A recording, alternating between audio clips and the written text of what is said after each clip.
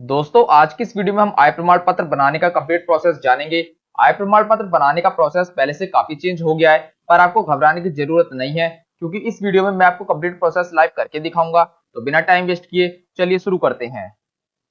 सबसे पहले आपको गूगल क्रोम को ओपन कर लेना है। गूगल क्रोम को ओपन करने के बाद आप सर्च बॉक्स में टाइप करेंगे ई डिस्ट्रिक्ट यूपी। ई डिस्ट्रिक्ट यूपी टाइप करने के बाद यहाँ पर आपको सबसे पहली वेबसाइट दिखाई देगी edistrict.up.gov.in। इसको आपको ओपन कर लेना है।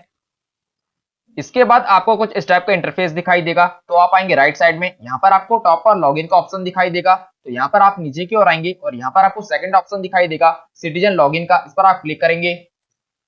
इसके बाद आपको कुछ इस टाइप का इंटरफेस दिखाई देगा। तो आप आएंगे राइट साइड में और यहाँ पर आपसे लॉगिन इन्फॉर्मेशन मांग रहा है। तो यदि आप फर्स्ट टाइम यूजर हैं तो आपको इस पोर्टल पर रजिस्ट्रेशन करना होगा। फर्स्ट टाइम रजिस्ट्रेशन कैसे करना है इसका कंप्लीट प्रोसेस मैंने जातीय प्रमाण पत्र वाली वीडियो में बताया है। उस वीडियो का लिंक दोस्तों आपको आई बटन और वीडियो के डिस्क्रिप्शन में मिल जाएगा।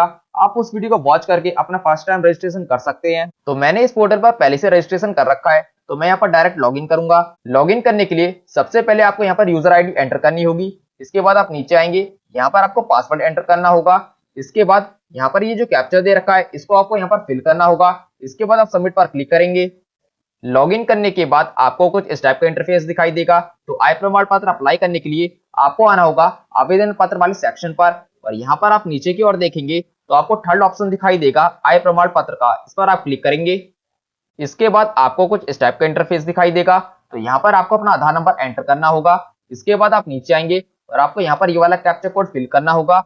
यदि आप कैप्चा कोड को रीड नहीं कर पा रहे हैं तो उस केस में आपको यहाँ पर रिफ्रेश का ऑप्शन मिल जाएगा। तो आप इस पर क्लिक करके अपने कैप्चा कोड को रिफ्रेश कर सकते हैं। इसके बाद आप नीचे आएंगे और आपको यहाँ पर डिक्लेरेशन पर टिक करना होगा। इसके बाद आप सबमिट पर क्लिक करेंगे। सबमिट पर क्लिक करने के बाद आपके आधार से जो मोबाइल नंबर लिंक है उस पर एक ओटीपी जाएगा। तो वो ओटीपी आप यहाँ पर फिल करेंगे। इसके बाद आप सबमिट पर क्लिक करेंगे। सबमिट पर क्लिक करने के बाद आपका एप्लीकेशन फॉर्म यहाँ पर ओपन हो जाएगा। तो आपको इसको फिल करना होगा।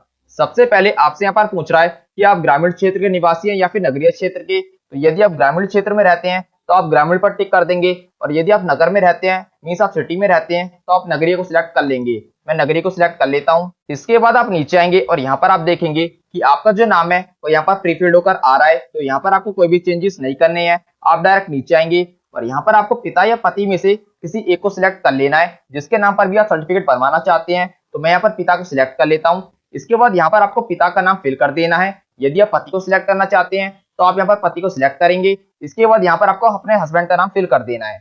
इसके बाद आप नीचे आएंगे और यहाँ पर आपको अपनी मदर का नाम फिल कर देना है। इसके बाद यहाँ पर आपसे प्रेजेंट एड्रेस पूछ रहा है, तो यहाँ पर आपको अपना कंप्लीट एड्रेस फिल कर देना है। तो यहाँ पर आपको सबसे पहले अपना मकान नंबर फिल करना होगा। जो भी आपका मकान नंबर है, ब्लॉक नंबर है, उसको आप यहाँ पर फिल कर देंगे। इसके बाद जो भी आपका मोहल्ला लगता है, पोस्ट लगता है, उसको आप यहाँ पर फिल करेंगे। इसके बाद जो आपकी जनपद है वो यहाँ पर प्रीफिल्ड होकर आ रही है, तो इसमें आपको कोई भी चेंजेस नहीं करने हैं। आप डायरेक्ट नीचे आएंगे और यहाँ पर आपसे तहसील पूछ रहा है, तो जो भी आपकी तहसील लगती है उसको आपको यहाँ पर सिलेक्ट कर लेना है। तो जैसे यहाँ पर मैं सदर को सिलेक्ट कर लेता हूँ। इसके बाद यहाँ पर आपसे मोबाइल नंबर पूछ रहा है, तो यहाँ पर आपको अपना मोबाइल नंबर फिल कर देना है। इसके बाद यहाँ पर आपसे पूछ रहा है कि आपका परमानेंट एड्रेस और प्रेजेंट एड्रेस सेम है। यदि सेम है तो सिंपली आप इस ऑप्शन पर टिक कर देंगे। जैसे ही आप इस पर टिक करेंगे, जो एड्रेस आपने प्रेजेंट एड्रेस में फिल किया होगा वो आपका परमानेंट एड्रेस में कॉपी होकर आ जाएगा। यदि आपका प्रेजेंट एड्रेस और परमानेंट एड्रेस दोनों अलग अलग है तो यहाँ पर आपको चेक नहीं करना है। यहाँ पर सिंपली आपको अपना परमानेंट एड्रेस फिल कर देना है। तो हमारे केस में यहाँ पर सेम है, तो मैं यहाँ पर टिक कर देता हूँ। इसके बाद आप स्क्रॉल करके नीचे आएंगे।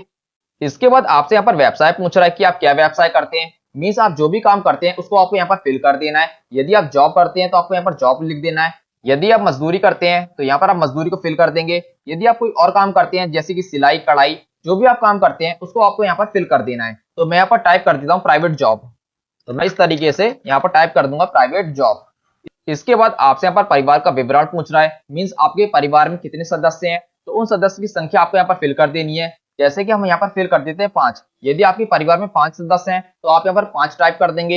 यदि आपके परिवार में 4 सदस्य हैं तो आप यहाँ पर 4 टाइप कर देंगे। तो फिलहाल मैं आपको समझाने के लिए यहाँ पर 2 टाइप कर देता हूँ। जैसे ही आप यहाँ पर 2 टाइप करेंगे, आप यहाँ पर देखेंगे कि आपका यहाँ पर एक बॉक्स ओपन होकर आ जाएगा। तो यहाँ पर आपको परिवार के सदस्यों के नाम फिल करने होंगे और वो क्या व्यवसाय करते हैं, मीन्स वो क्या काम करते हैं, तो उसको आपको यहाँ पर फिल करना होगा। और उनकी क्या सालाना आय है तो वो आपको यहाँ पर फिल करना होगा। तो यहाँ पर सबसे पहले आपको यहाँ पर अपना नाम फिल करना होगा। इसके बाद आपने जो भी ऊपर टाइप किया है, जैसे हमने यहाँ पर टाइप किया प्राइवेट जॉब, तो मैं यहाँ पर टाइप कर दूंगा प्राइवेट जॉब। इसके बाद आपकी सालाना आय क्या है वो आपको यहाँ पर टाइप करना होगा। तो जैसे एग्जांपल के लिए मैं यहाँ पर टाइप कर देता हूँ 1,80,000। तो जो भी आपकी सालाना आय है उसको आपको यहाँ पर फिल करना होगा। इसके बाद आप नीचे आएंगे और यहाँ पर आपको अपने दूसरे सदस्य का नाम फिल करना होगा जो कि आपकी फैमिली में है और वो क्या काम करते हैं तो उसको आपको यहाँ पर फिल करना होगा। जैसे एग्जाम्पल के लिए मैं यहाँ पर टाइप करता हूँ हाउस वाइफ। इसके बाद आपसे यहाँ पर इनकम पूछ रहा है, तो यदि इनकम है तो उसको आप यहाँ पर फिल कर देंगे और यदि इनकम नहीं है तो आप इसको 0 ही रहने देंगे। इसके बाद आप नीचे आएंगे, यहाँ पर आपको कई सारे बॉक्सेस मिल जाएंगे। तो जो भी आपकी आय का स्रोत है उसको आपको यहाँ पर फिल करना होगा। जैसे यदि आपकी आय जो है वो पेंशन से होती है तो जो भी आपकी पेंशन है सालाना उसको आप यहाँ पर फिल कर देंगे। यदि आप कहीं जॉब करते हैं तो जो भी आपकी जॉब से अर्निंग होती है उसको आप यहाँ पर फिल कर देंगे। यदि आपका कोई बिजनेस है तो जो भी आपकी बिजनेस से आय होती है उसको आप यहाँ पर फिल कर देंगे। यदि आपकी अन्य स्रोतों से भी आय है तो उसको आप यहाँ पर फिल कर देंगे। इसके अलावा दोस्तों यदि आप मजदूरी करते हैं तो यहाँ पर मजदूर में भी 2 कैटेगरी बनाई गई हैं। एक बनाया गया कुशल मजदूर और एक बनाया गया है अकुशल मजदूर। तो यदि आप स्किल लेबरिंग करते हैं तो जो भी आप उस इनकम करते हैं उसको आप यहाँ पर फिल करेंगे और यदि आप अनस्किल्ड लेबर हैं तो उस केस में आपकी जो भी आय है उसको आप यहाँ पर फिल करेंगे। तो हमारे केस में हमारी जो आय है वो प्राइवेट जॉब से है, तो मैं यहाँ पर आऊंगा सेवा योजना वाले में और यहाँ पर आपकी जो भी सालाना आय है उसको आप यहाँ पर फिल कर देंगे। तो मैं यहाँ पर टाइप कर देता हूँ 1,80,000। तो मैंने यहाँ पर फिल कर दिया 1,80,000। इसी तरीके से यदि आपकी एक से ज्यादा स्रोतों से आय है तो उसको आप यहाँ पर फिल कर देंगे। इसके अलावा मैं यहाँ पर सभी बॉक्सेस को यहाँ पर 0 कर दूंगा। इसके बाद हम नीचे आएंगे, यहाँ पर आपकी कुल वार्षिक आय आ गई है तो यहाँ पर आपको कोई भी चेंजेस नहीं करनी है। इसके बाद आपसे यहाँ पर पूछ रहा है क्या इससे पहले आपका प्रमाण पत्र जारी हुआ है, यदि हुआ है तो आप यहाँ पर टिक कर देंगे और इसके बाद जो भी आपकी प्रमाण पत्र संख्या है वो आप यहाँ पर फिल कर देंगे। और यदि इससे पहले आपका कोई प्रमाण पत्र जारी नहीं हुआ है तो उस केस में आप यहाँ पर नहीं पर टिक कर देंगे।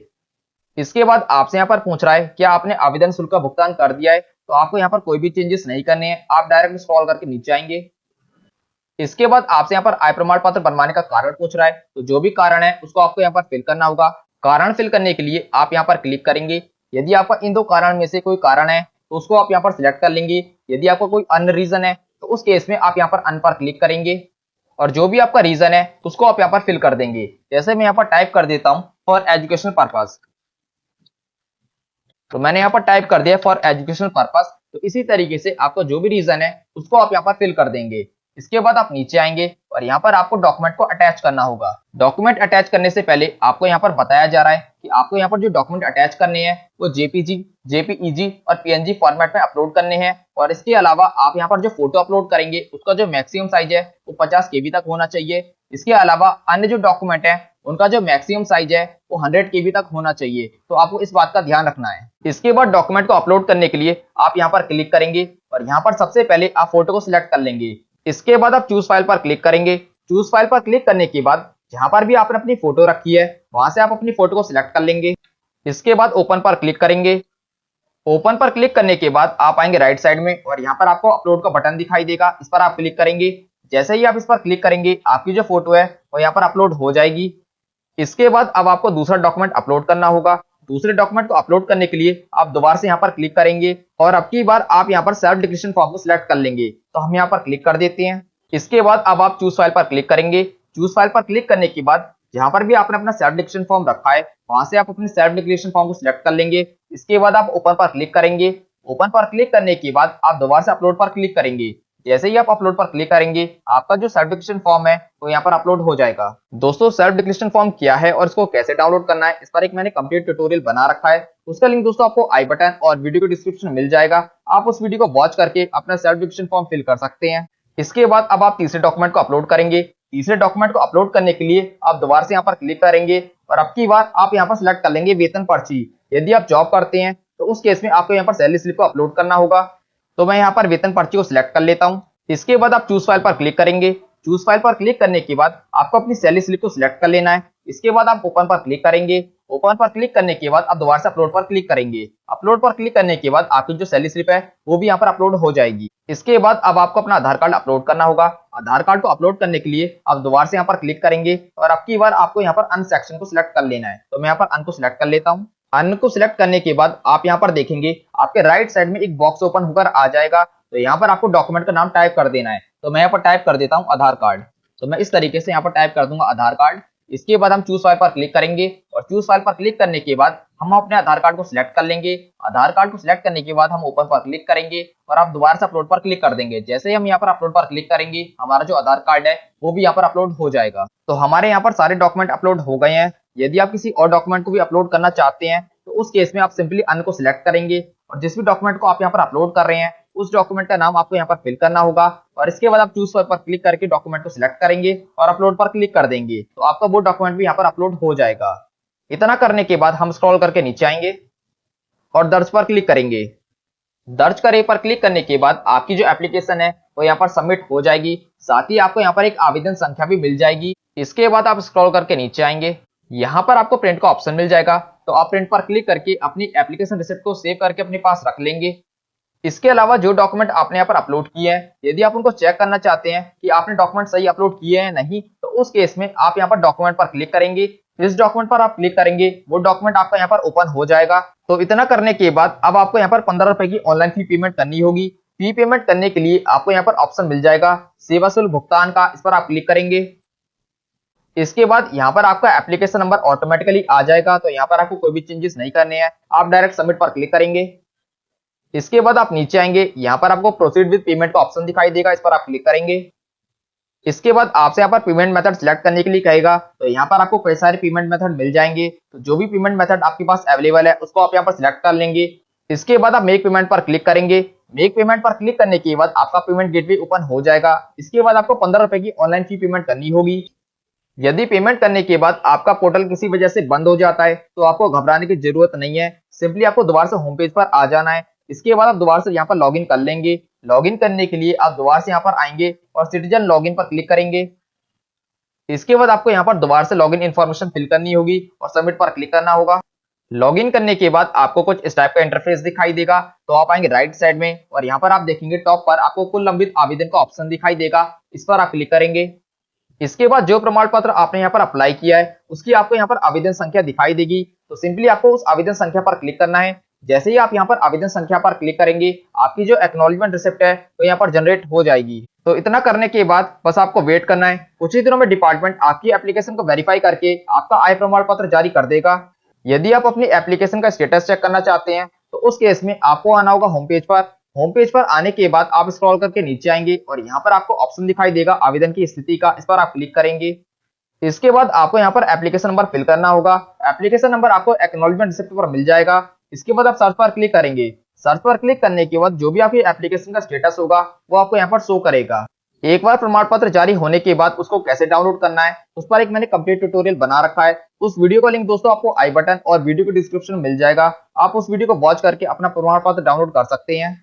तो दोस्तों ये था आय प्रमाण पत्र अप्लाई करने का कंप्लीट प्रोसेस। आई होप आपको पूरा प्रोसेस समझ में आया होगा। यदि आय प्रमाण पत्र अप्लाई करते समय आपको किसी तरह की कोई प्रॉब्लम आती है तो आप मेरे से कमेंट सेक्शन में कमेंट करके पूछ सकते हैं। तो आज के लिए बस इतना ही, मिलते हैं नेक्स्ट वीडियो में, तब तक के लिए जय हिंद।